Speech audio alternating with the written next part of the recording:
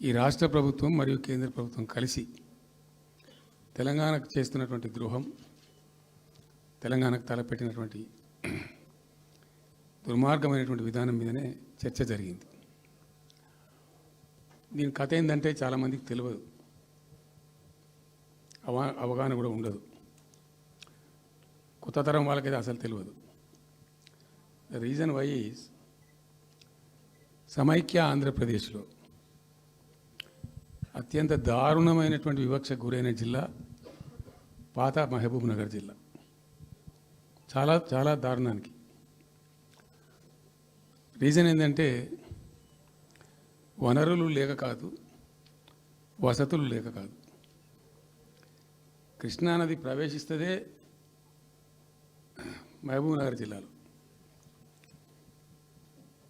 సరే, ఇప్పుడున్న తెలంగాణ, అప్పుడు ఉన్న ఆంధ్రప్రదేశ్ మొత్తం చూస్తే కూడా 300 and above కిలోమీటర్స్ కృష్ణానది పారుతుంది కూడా మహబూబ్ నగర్ జిల్లాలో.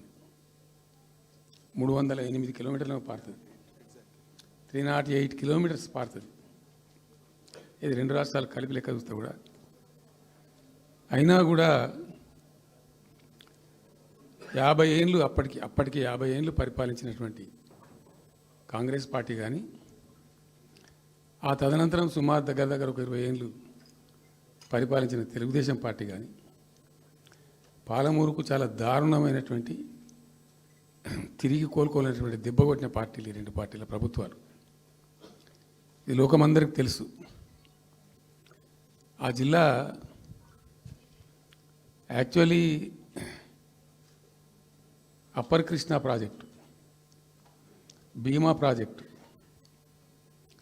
తుంగభద్ర ఎడమ కాలువ ప్రాజెక్టు, దాని ద్వారా ఆనాటికి అన్ని ఫైల్స్ ఉన్నాయి, రికార్డ్స్ ఉన్నాయి.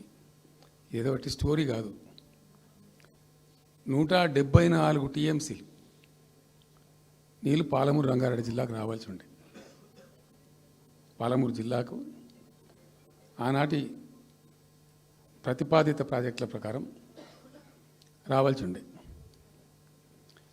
ఆంధ్రప్రదేశే ఏర్పాటే తెలంగాణ పాలిట పెనుశాపం. కొంతమందికి నచ్చదు, కానీ పెనుశాపంగా పరిణమించింది ఆంధ్రప్రదేశ్ రాష్ట్ర ఏర్పాటు. మొత్తం తెలంగాణకు, అందులో మోర్ స్పెసిఫికల్లీ మహబూబ్ నగర్ జిల్లాకు జరిగినటువంటి తీవ్రమైనటువంటి అన్యాయం. ఎస్ఆర్సి యాక్ట్ అంటే స్టేట్ రీఆర్గనైజేషన్ యాక్టు స్పష్టంగా చెప్తుంది, ప్రతిపాదించబడి ఆల్రెడీ శాంక్షన్ అయ్యి జరుగుతుండే ప్రాజెక్టులు, కంటెంప్లేట్ చేసి ఉన్న ప్రాజెక్టులు, వాటిని మార్చకూడదు, అవి కొనసాగించాలి. ఆ చట్టం ఉండగా కూడా వాటి అన్నిటిని కాదని వీటిని మొత్తం అబాండన్ చేసి పడేసిండ్రు. అట్లా చాలా చేసినారు. అక్కడ గోదావరి మీద చూసుకుంటే దేవునూరు ప్రాజెక్టు కావచ్చు, ఇచ్చంపల్లి కావచ్చు, రకరకాల ప్రాజెక్టులను అబాండన్ చేసినారు. అందులో అతి తీవ్రమైనటువంటి అన్యాయం మహబూబ్ నగర్ జరిగింది. ఇలా మహబూబ్ నగర్కి ఇచ్చే పాలమూరు ఎత్తిపోతలో మరొకటి కొత్త స్కీమ్ కాదు. గతంలోనే 174 టీఎంసీలకు ప్రాజెక్టులు రూపకల్పన జరిగి అంత అయింది. అయితే మేము చాలా వాదించినాం. మధ్యలో బ్రిజేష్ కుమార్ ట్రిబ్యునల్ వస్తే కూడా అక్కడ పోయి ఆ ట్రిబ్యునల్ని కలిసి చాలా ప్రయత్నాలు చేసినాం.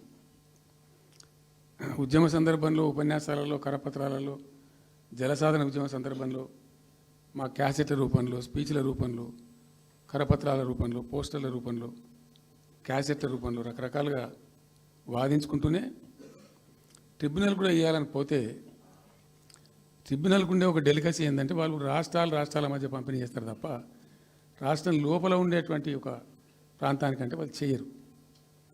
మీకు రాష్ట్ర హోదా లేదండి, మీరు ప్రాంతము, మీరు రాష్ట్రంతో కొట్లాడుతున్నారు, అది వేరే సంగతి, కానీ మేము స్వీకరించలేము, తీసుకోలేము చట్ట ప్రకారం అని చెప్పి వాళ్ళు నిరాకరించారు. సరే, ఆ తదనంతరం ఉద్యమం జరిగింది, మీ అందరికీ తెలుసు. ఇక్కడ ఇంకొకటి కూడా తప్పకుండా చెప్పాలి. బచావత్ ట్రిబ్యునల్ ఏర్పాటైనప్పుడు అతను పంపకాలు చేసిండు. చేస్తూ బచావత్ ట్రిబ్యునల్లో స్పష్టంగా రికార్డెడ్ ఇప్పుడు ఉంది.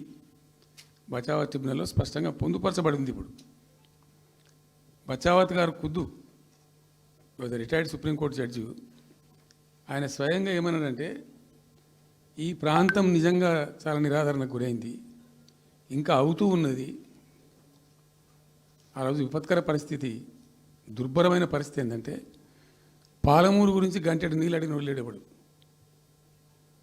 ఇంత కేటాయించండి, ఈ కరువు జిల్లా ఉంది అని అడిగేవాడే లేడు. ఆనాటి సమైక్య ప్రభుత్వం చేసిన ద్రోహం. బచావత్ ఏం చేసిండు, మాకు చూడబుద్ధి అయితే లేదు, ఇది మా అంతల మేమే సూమోటో ఈ సమైక్య ప్రభుత్వం ప్రతిపాదించకపోయినా ఒక 17 టీఎంసీ జూరాల ప్రాజెక్టు మంజూరు చేస్తున్నాము.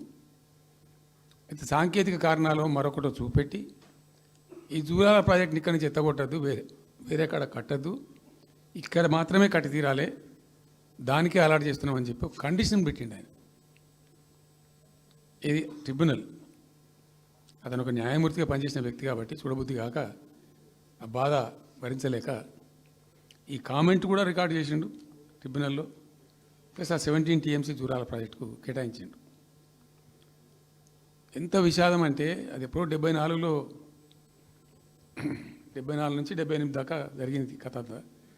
అతను కేటాయిస్తే దానికి ముట్టినోడు లేడు, పట్టుకునోడు లేడు, తీసినోడు లేడు. అంజయ్య గారు ముఖ్యమంత్రి అయినాక ఒక ఏడాది తర్వాత ఏమో అప్పుడు అంజయ్య గారు దానికి ఫౌండేషన్ స్టోన్ వేసారు. ఫౌండేషన్ స్టోన్ వేస్తే ఇక అది మెల్లగా మెల్లగా తెలంగాణ ప్రాజెక్ట్ కదా, ఇప్పుడు పట్టుకుని లేడు, దాన్ని మాట్లాడినోడు లేదు, అయ్యలేదు, అవ్వలేదు. ఒక అనాథలాగా ఆ బ్యారేజ్ వరకు కట్టేశారు. దానికి కాలువలు లేవు, నీళ్ళు రావు, పొలాలు పారాయి, కృష్ణానది నీళ్ళు వస్తుంటాయి, గేట్ల ద్వారా పోతుంటాయి. ఎప్పటి వరకు ఈ తతంగం 2001లో గులాబీ జెండా ఎగిరేదాకా ఇదే తతంగం. ఇంకా విషాదం ఏంటంటే, అప్పుడు ముఖ్యమంత్రి ఉన్న చంద్రబాబు నాయుడు ఆయన మహబూబ్నగర్ జిల్లాను దత్తత తీసుకున్నాడు. ఆయన దత్తతలో ఉండే నేను అడాప్ట్ చేసుకుంటున్నా ఈ కరువు జిల్లా, దీన్ని అది చేస్తా, ఇది చేస్తా, పొడి చేస్తా అని మాటలు చెప్పి ఇష్టం వచ్చినన్ని పునాదురాలు వేసిండు. కలవకుర్తి, మన్ను, మశాను, రకరకాల పునాదురాలు వేసుకుంటూ పెట్టు. ఉద్యమ సందర్భంగా నేను చేసే ఉపన్యాసాలలో నేను మాట్లాడేది, ఈ పునాదురాలన్నీ ఎందుకు మనకు పట్క ఏడుస్తానికా, చూస్తానికా, ఏం లాభము, ఈ రాళ్ళన్నీ సో కృష్ణానదిలో అడ్డమేస్తూ చెక్కడమని అయితే భయం అనేది. నేను నవ్వేది, జనం చప్పట్లు కొట్టేది సభలలో నేను చెప్తుంటే. ఒక్క డ్రాప్ వాటర్ కూడా పొలాలు పారడానికి రాలే. తత్ఫలితమైంది net result. What was the net result? Palamuru జిల్లాలో ప్రతి తాలూకా కేంద్రం, అంటే ప్రతి నియోజకవర్గ కేంద్రం నుంచి వలసలు పోవడానికి ప్రజలు ప్రతి బొంబాయి నుంచి bus, Narayanpet Bombay bus, Wanaparthy Bombay bus, ఇంచుమించు అన్ని తాలూకాల నుంచి బొంబాయికి డైరెక్ట్గా బస్సు. ఏం చేస్తారు, ప్రజలు పుట్ట చేత పట్టుకొని వలస పోవాలి, బతకపోవడం తప్ప ఇంకో గతి లేదు. జిల్లాకు జిల్లా మొత్తానికి మొత్తం 100% కృష్ణా బేసిన్లో ఉంటుంది. భయంకరమైన కరువు. చివరికి ఆ జిల్లాలో ఉండే అనేక మంది కవులు అనేక పాటలు రాసింటారు. ఆ గోరెటి వెంకన్న గారు అయితే పల్లె పల్లెలో పల్లెర్లు మొలిసే పాలమూరులోన అని చెప్పి పాట రాసి పాడిండి. ఆ పాట బాగా పాపులర్ సాంగ్ కూడా, తెలంగాణ ఉద్యమం పొడుగుతో కూడా భయంకరంగా మోగినటువంటి సాంగ్. సో అట్లా జరుగుతూ ఉంది. మేము ఏడుస్తా పోయినాం, చూస్తా పోయినాం. ఆ ఉన్న రెండే ప్రాజెక్టులు, ఒకటి బచావతి పెడితేనేమో జూరాల గతి అది. అప్పుడు చంద్రబాబు నాయుడు గారి స్లోగన్ సమైక్య రాష్ట్రంలోనే సమగ్ర అభివృద్ధి. నేను ప్రథమ మహాసభకు పాలమూరు జిల్లాకు పోయినా, మహబూబ్నగర్ టౌన్లో పెట్టాం. పెద్ద భారీ మీటింగ్ జరిగింది, దాదాపు 70-80 మంది వచ్చారు. ఆ మీటింగ్లో నాకు బాగా కోపం వచ్చి, ఏమయ్యా చంద్రబాబు నాయుడు, అప్పటికి ఏందంటే కర్ణాటకకి కొంత ముంపు ప్రాంతం ఏమిటి, జూరాల ప్రాజెక్టులో ఏంటంటే కొద్ది ముంపు ప్రాంతం కర్ణాటక రాష్ట్రంలో ఉంటుంది. ఒక 13 కోట్ల రూపాయల వరకు కాంపెన్సేషన్ కట్టాల్సి ఉంది. కట్టడు, ₹1 కట్టడు. ఏమయ్యా చంద్రబాబు నాయుడు గారు, నువ్వు దత్తత తీసుకున్నావు, కథ తీసుకున్నావు, డైలాగులు చెప్తున్నావు, ఇక్కడ చచ్చిపోతాను జనము, బొంబాయికి వలసలు పోతుండ్రు. ఇటువంటి పరిస్థితులలో కూడా కర్ణాటకకు డబ్బులు కట్టడానికి డబ్బులు లేవా? ఇదేనా సమైక్య రాష్ట్రంలో సమగ్ర అభివృద్ధి అంటే? బట్టిగా బ్యారేజ్ ఆ గోడలకు కట్టిన విడిచిపెట్టేది చూసి తమాషా పడన్నా అని చాలా తీవ్రమైన విమర్శలు చేశాను. మోకాళ్ళ మీద పరిగెత్తి కట్టిండి చంద్రబాబు నాయుడు అప్పుడు. ఆ కర్ణాటక చెల్లించాల్సిన కంపెన్సేషన్ ఏదైతుందో మోకాళ్ళ మీద ఉరికి నా దాడి తట్టుకోలేక కంటిన్యూగా పెట్టాను. దాని తర్వాత చంద్రబాబు నాయుడు పార్టీకి సంబంధించిన ఎమ్మెల్యేనే ఆర్డీఎస్ దగ్గర బాంబులు పెట్టి పేల్చేయడం, అది మీ అందరికీ కూడా తెలుసు. బాంబులు పెట్టి పేల్చడం 2 సార్లు 3 సార్లు పేల్చారు. నేను ఫస్ట్ ఉద్యమంలో తెలంగాణ ఉద్యమం స్టార్ట్ అయిన తర్వాత నేను ఎంచుకున్న ఎజెండా, నా ఎజెండాలో మొదటి పాదయాత్ర నేను చేసినటువంటిది జోగులాంబ టు గద్వాల పాదయాత్ర చేసిన. ఈ అన్యాయం సంగతి ఏంది అని దాన్ని ప్రజలలో ఎండగట్టాలని చెప్పి, గవర్నమెంట్ కూడా ఒత్తిడి తేవాలని చెప్పి, ఎందుకు తెలంగాణ ఉద్యమం చేస్తున్నామనేది లోకానికి తెలియాలని చెప్పి నేను జోగులాంబ టు గద్వాల పాదయాత్ర చేసిన. దాన్ని మొత్తం అసలు కంప్లీట్ 80,000 ఎకరాలకు బారాల్సినటువంటి ఆ ఆర్డీఎస్ కెనాలు 15,000 ఎకరాలు, 10,000 ఎకరాలు, 20,000 ఎకరాలకు వచ్చింది, తగ్గిపోయింది. అడిగే నాతుడు లేడు. నేను అంతకు ముందే పాదయాత్ర కన్నా ముందే స్వయంగా మేమందరం జిల్లా మహబూబ్నగర్ జిల్లా నాయకులు నేను కలిసి ఆర్డీఎస్ హెడ్ వర్క్స్ ఎక్కడ ఉంటాయంటే కర్ణాటకలో ఉంటాయి, రాయచూరు దగ్గర. అక్కడ దాకా పోయి మొత్తం ఆశాంతం ఆ కాలువ పొడవుతో తిరిగి అర్థం చేసుకొని ఆ తర్వాతనే నేను గద్వాల టు మన ఆలంపూర్ టు గద్వాల పాదయాత్ర పెట్టాం. తిరిగి దాన్ని ఎక్స్పోజ్ చేసినాం. అప్పుడు అక్కడ గొడవ చేస్తే మళ్ళీ అప్పుడు జూరాల లింక్ కెనాల్ని మొదలుపెట్టింది చంద్రబాబు నాయుడు. జూరాల టు ఆర్డీఎస్కు లింక్ కెనాల్ అని మళ్ళీ డ్రామా కట్టి, అంటే ప్రతిసారి ఏమార్చడము తెలంగాణ ప్రజలను ఒక రకమైన దగా చేయటం తప్ప రాలే, ఒక డ్రాప్ వాటర్ రాలే, ఎప్పుడు రాలే. సరే కొట్లాడుతూ పోయినాం, ప్రజలు బాగా కలిసి వచ్చిండ్రు, సందర్భం కలిసి వచ్చింది, తెలంగాణ అదృష్టం బాగుంది, తెలంగాణ రాష్ట్రం ఏర్పడింది. ఇదంతా కూడా మీకు అన్నముందు జరిగిన చరిత్ర, ప్రతి ఒక్కరికి తెలిసిన చరిత్ర. ఇది ఏం కొత్త స్టోరీ కాదు, కల్పిత కథ కాదు, పుట్టించి చెప్పేది కాదు. పాలమూరు జిల్లా యొక్క దరిద్రం, ఆ దరిద్రంలోకి పాలమూరు నెట్టివేయబడ్డ పరిస్థితి. నేను అందుకే ఊకే మొత్తుకునేది కదా, తెలంగాణ వెనుకబడ్డ ప్రాంతం కాదు, వెనుక పడేయబడ్డ ప్రాంతం, వెనుకకు నెట్టివేయబడ్డ ప్రాంతం అని చాలాసార్లు చెప్పేది. నేను వందల ఉపన్యాసాలలో చెప్పినాం. అది ప్రూవ్ టు బి కరెక్ట్. దాని తర్వాత ఎక్కడి దాకా పోయిన పరిణామాలంటే, పాలమూరు జిల్లాలో ఎండాకాలం వచ్చిందంటే గంజి కేంద్రాలు పెట్టేది. ఏడిసినాం మేము ఒకరోజు. గంజి కేంద్రాలతోని పాలమూరు, ఎందుకంటే యువకులంతా పాపం వలస ఉన్న ముసలి వాళ్ళు చచ్చిపోడు, తిండి దొరకక, దానికి గంజి కేంద్రాలు పెట్టి కమ్యూనిస్ట్ పార్టీలు వాళ్ళు వచ్చేది కొంత అడావుడు చేసి ప్రజలకు కొంత గంజి పోసే ప్రయత్నం. చివరి గంజి కేంద్రాలు పెట్టే స్థాయికి దిగజారిపోయింది పాలమూరు.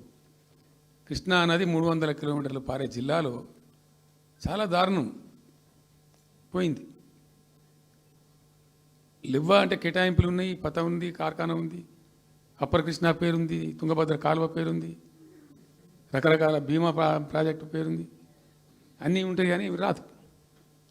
చూడడానికి మళ్ళీ ముఖ్యమంత్రి దత్తతలో ఉంటుంది, కానీ రాదు, ఏమీ రాలే. ఇంకా అందంగా ఈ ప్రాజెక్టులను, నేను కూడా అప్పుడు తెలుగుదేశం పార్టీలో పనిచేసిన కదా, ఈ ప్రాజెక్టులకు పెండింగ్ ప్రాజెక్టులను పేరు పెట్టారు, ఒక టైటిల్ గొప్పతనంలాగా. పెండింగ్ ప్రాజెక్టుల జాబితాలో వాటిని తోసేసి పాలమూరున ఆ గతికి తెచ్చిండ్రు. సరే రాష్ట్రం వచ్చింది. వచ్చిన తర్వాత జరిగింది ఏంది, టోటల్గా మేము సమీక్ష చేసుకున్నాం.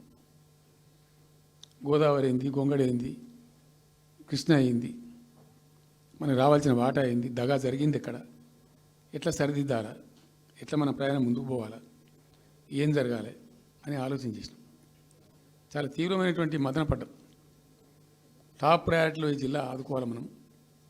అత్యంత భయంకరమైన కరువు ఉంది ఇక్కడ, కొంచెం లైన్లో పెట్టుకోవాలి. ఇప్పుడు మన సొంత రాష్ట్రం కాబట్టి మనకు ఆ ఇబ్బందులు ఉన్నాయని చెప్పి మా ప్రస్థానం ప్రారంభించాం. మొట్టమొదలు యుద్ధ ప్రాతిపదికన ఏవైతే పెండింగ్ ప్రాజెక్టులను పెట్టినరో వాటిని రన్నింగ్ చేసినాం. వాటిని అన్నిటికీ నెట్టెంపాడు కావచ్చు, భీమా కావచ్చు, కల్వకుర్తి కావచ్చు, అన్నిటిని కూడా బ్రహ్మాండంగా లైన్లోకి తెచ్చి స్టార్ట్ చేసినాం. నికరంగా 6.5 లక్షల ఎకరాలకు ఆయకట్టు తెచ్చినాం ఆ పాలమూరు జిల్లాలో మా గవర్నమెంట్ ఉన్నప్పుడే. ఇది అక్కడ ప్రజలందరికీ తెలుసు, అందరికీ తెలుసు, ప్రతి వాళ్ళకి తెలుసు. సామర్థ్యాలు పెంచుకున్నాం కొన్ని. నెట్టెంపాడులో భాగంగా ఒకటి రేలంపాడు రిజర్వాయర్ ఉంటుంది. అది జస్ట్ 1.5 TMs, 1/4 to 2 TMs అది ఉండే. నేను రివ్యూ చేసి అక్కడ రైతులతో మాట్లాడి మీకు పంట పండదు, కష్టమవుతుంది కాబట్టి దీన్ని కొద్దిగా పెంచాలని చెప్పి డబుల్ ద సైజ్ చేసినాం, 4 TMs చేసినాం పంట పండాలి కాబట్టి. అట్లా రకరకాల చర్యలు తీసుకొని దాని ద్వారా ఆ కల్వకుర్తి లిఫ్ట్ ఇరిగేషన్ ద్వారా, ఈ నెట్టెంపాడు ద్వారా, భీమా phase 1 phase 2 ద్వారా అన్నీ కలిపి 6.5 లక్షల ఎకరాలకు. వాస్తవం చెప్పానంటే ఎంత దుఃఖభాజనం అంటే, ఎంత బాధాకరం అంటే, కృష్ణానది 300 కిలోమీటర్లు ప్రవహించేటువంటి పాలమూరులో 30,000 ఎకరాలు కూడా పారకం లేదండి. RDS అన్ని కలిపి లేదు, అసలు రావు, నీళ్ళు రావు, కాలువ లేదు, పొలం లేదు, ఏం లేదు. అందుకే అది వలసల జిల్లా అని పేరు ఎందుకు వచ్చింది పాలమూరుకు? ఎందుకు వలస పోతారు ప్రజలు? ఎంత కంపల్సరీ ఉంటే పోతారు, ఎంత దుఃఖం ఉంటే పోతారు, ఎంత బాధ ఉంటే పోతారు. ఆ విధంగా ఒక 6.5 లక్షల ఎకరాలు దానికి తెచ్చినాం. మిషన్ కాకతీయలో కొద్దిగా ప్రయారిటీ పెట్టి, భౌగోళికంగా బాగా విశాలంగా ఉండే జిల్లా కాబట్టి ఇప్పుడు కొత్త జిల్లాలు తీసుకున్నాం, కానీ ఆ రోజు అది పెద్ద జిల్లా. దానికి మిషన్ కాకతీయలో టాప్ ప్రయారిటీ ఇచ్చి మైనర్ ఇరిగేషన్ చెరువులు మొత్తాన్ని పోయినాయిగా అమ్ముకున్నారు, అబాండనైనాయి. మిగిలిన వాటిని కొన్ని సామర్థ్యాలు పెంచి ఒక పద్ధతికి తెచ్చినాం. అదో 1,20,000-1,50,000 ఎకరాలకు అది దోహదపడ్డది. చెక్ డ్యాములు కూడా కట్టుకున్నాం. చాలా వాగుల మీద 100ల కొద్ది చెక్ డ్యాములు కట్టినాం. ఇవన్నీ కూడా మీ కళ్ళ ముందే జరిగినాయి, మీ అందరికీ కూడా తెలుసు. ఈ RDS కెనాల్కి మోసం జరిగింది కాబట్టి మధ్యలో తుంగభద్ర మీద పెట్టి తుమ్మిల లిఫ్ట్ కూడా తెప్పించి తుమ్మిల లిఫ్ట్ కూడా పూర్తి చేసినాం. ఇది RDS ద్వారా కోల్పోయిన ఆయకట్టును రిస్టోర్ చేయడానికి తుమ్మిల లిఫ్ట్ కూడా స్టార్ట్ చేసినాం. నీళ్ళు పోపించినాం, బ్రహ్మాండంగా ఆయకట్టు అంతా పార్పించినాం. ఇట్లా అనేక రకాల చర్యలు అవి తీసుకొని ఒక 6.5 లక్షల ఎకరాలకేమో నెట్ ఆయకట్టు వచ్చింది. ఇండైరెక్ట్ ఆయకట్టు ఏమో భూగర్భ జలాలు పెంచడానికి కట్టిన చెక్ డ్యాములు, మైనర్ ఇరిగేషన్ బాగు చేయడం, దాని ద్వారా కూడా 1,50,000 ఎకరాలకు వచ్చింది. ఆ తదనంతరం మరి మనం ఎట్లా ముందుకోవాలా, ఏం చేద్దామని చెప్పి ఈ రంగారెడ్డి జిల్లా కూడా వాళ్ళు పాపం కృష్ణా బేసినే, ప్రతి డ్రాప్ రంగారెడ్డిలో పడే ప్రతి వర్షం చుక్క కృష్ణానదికి పోతుంది, ఇంకెక్కడికి పోదు. నల్లగొండ జిల్లాలో కురిసే ప్రతి వర్షం చుక్క కూడా కృష్ణానదికి పోతుంది. 100% ఈ 3 జిల్లాలు కూడా నల్లగొండ, రంగారెడ్డి, పాలమూరు ఇవి 100% కృష్ణా బేసిన్లో ఉన్నాయి. మనము ఏదైతే మనకు కేటాయించినరో ప్రాజెక్ట్ వైజ్నో ఇంకోటనో కంబైన్డ్ స్టేట్ ఉన్నప్పుడు జరిగినటువంటి మోసం నుంచి బయటికి రావాలంటే మనం రాష్ట్రం ఏర్పడ్డ తర్వాత కొట్టాడాలి, మన వాట మనం సాధించాలి. రివిజన్, కృష్ణా జలాల యొక్క పునఃపంపిణీ మీద ట్రిబ్యునల్ వేయించుకోవాలి, రివిజన్ పెట్టియాలి అని ఒక స్ట్రాటజీ పెట్టి దాన్ని కొట్లాను. సరే, ఇందాక నేను చెప్పినట్టు దేవుని దయ వల్ల తెలంగాణ రాష్ట్రం వచ్చింది. ఈ ప్రాజెక్టు కంప్లీట్ చేస్తూనే పాలమూరు రంగారెడ్డి ఎత్తిపోతల పథకానికి శ్రీకారం చుట్టాం.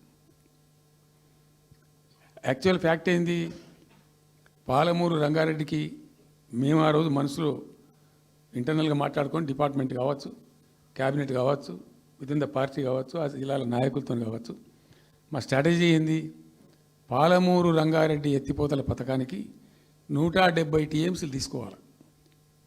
This was the strategy of BRS government. ఎక్కడి నుంచి తీసుకోవాలా, అనేక ఆంక్షలు, మాటలు, బట్టి డైలాగులు, ఏపీ నుంచి వచ్చే వ్యతిరేకత, ఇవన్నీ దృష్టిలో పెట్టుకొని ఏం చేసినాం, నికరంగా లెక్కలు తెప్పించినాం. ఈ మహబూబ్ నగర్ జిల్లాలో మైనర్ ఇరిగేషన్లో పాత చెరువులు ఏవైతే బచావుతున్నప్పుడు లెక్క పెట్టినటువంటి చెరువులు ఏవైతే ఉన్నాయో ఉన్నాయన్నీ మాయమైనవి. వాటి సామర్థ్యం ఆ రోజు ఎంత, ఇవాళ నెట్ సామర్థ్యం ఎంత అని లెక్కలు తీసి కేంద్రానికి సమర్పించి ఒక 45 టీఎంసీ రెండు దానికి కేటాయించింది ఆ రోజు మేము ఎంత అంటే 90.81 టీఎంసీ,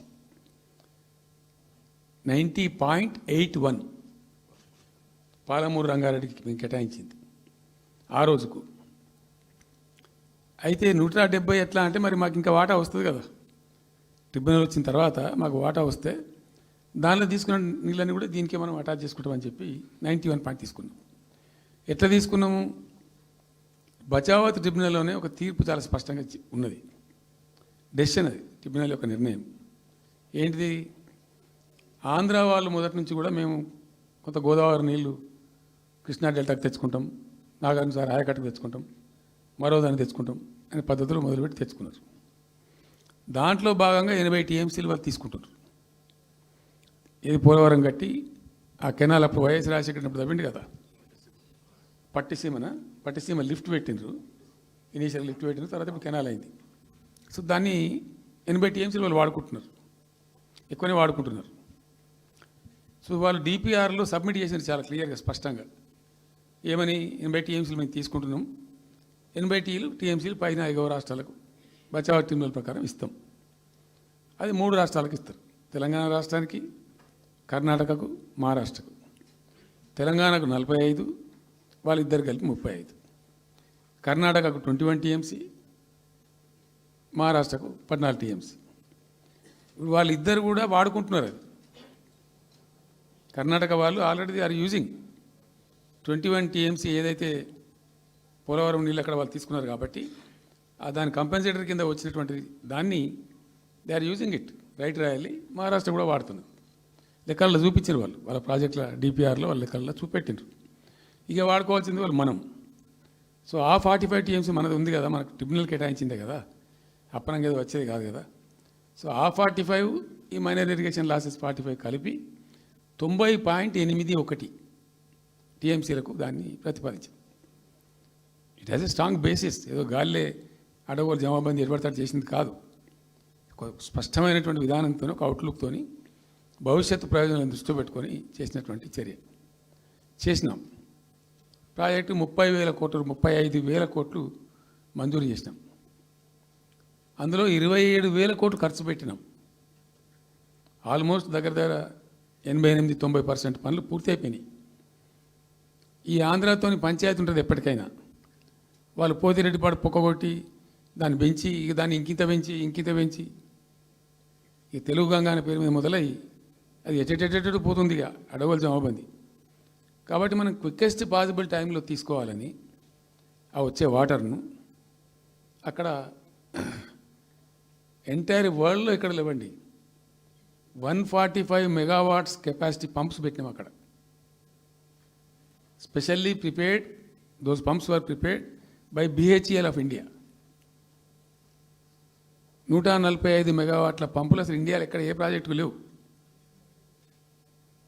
ఎందుకని దాని ఆ పంపు స్విచ్ ఆన్ చేసిన నేను, నీళ్ళు వచ్చినాయి. ఒక్క పంపు స్విచ్ ఆన్ చేస్తేనే ఇట్లా కాలువలు తల్లాడుతుండే ఇట్లా.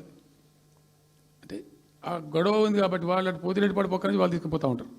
ఆ వర్షాలు వచ్చినప్పుడే మనం తీసుకోవాలి, ఇంకో గత్యంతరం లేదు.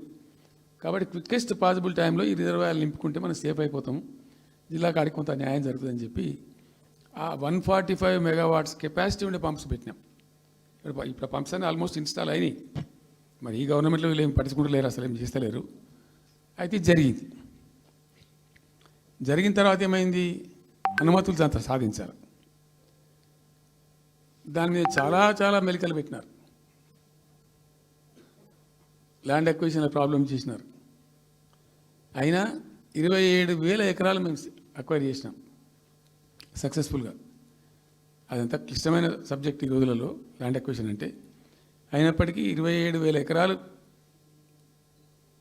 అక్వైర్ చేసినాం, 27,000 కోట్లు ఖర్చు పెట్టినాం. అంత కాన్సన్ట్రేట్ చేసినాం. గ్రీన్ ట్రిబ్యునల్కి పోయినారు, ఆ స్టేని క్యాన్సిల్ చేయించినాం. అనేక రకాల అడ్డంకులు కల్పించే ప్రయత్నాలు ఎన్ని చేసినా వాటన్నిటిని అధిగమిస్తూ ఆ ప్రాజెక్టును ముందుకు తీసుకొని పోయినాం. అయితే ఈ పంపులన్నీ ఇన్స్టాలేషన్ అయిపోతుంది, బ్రహ్మాండంగా ఉంది. సరే ఇంతగా అయితే మా గవర్నమెంట్ మారింది. సహజం, రాజకీయాల్లో గెలుపులు ఉంటాయి, ఓటములు ఉంటాయి, ప్రభుత్వాల మార్పిళ్ళు ఉంటాయి, జరుగుతాయి. కానీ ఎంత తెలుగు తక్కువ దద్దమ్మ ప్రభుత్వం వచ్చినా, నెక్స్ట్ సక్సెసివ్ గవర్నమెంట్ ఎవరు వచ్చినా రాష్ట్ర ప్రయోజనం కదా ఒక ప్రాజెక్ట్ అంటే. ప్రజలకు నీళ్ళు వచ్చేది కదా, ప్రజలు బ్రతికేది కదా, దాన్ని కొనసాగిస్తారు. ఇప్పుడు ఒక్క తట్టెడు మట్టి కూడా తీయలేదండి. మా గవర్నమెంట్ పోయిన తర్వాత పాలమూరు ఎత్తిపోతల పథకంలో ఒక తట్టెడు మట్టి కనీసం నేను తీయలే. మరి దాన్ని ఎందుకు అబాండన్ చేసినరో, దాని వెనక ఏం ఉద్దేశం ఉందో, ఇంత నిష్క్రియాపరత్వం ఏంది, ఇంత దారుణమైంది. 2 నెట్ సంవత్సరాలు గడిచిపోయినాయి. ఇప్పుడు మేము గమనిస్తున్నాం. మధ్యలో ఏమైంది, ప్రభుత్వం ఇక కేంద్ర ప్రభుత్వంతో తమాషా బీజేపీ మొదటి నుంచి మాకు తెలంగాణకు శని అయింది. అది కేంద్ర ప్రభుత్వం ప్రతిదాన్ని వ్యతిరేకించడమే, ప్రతిదాన్ని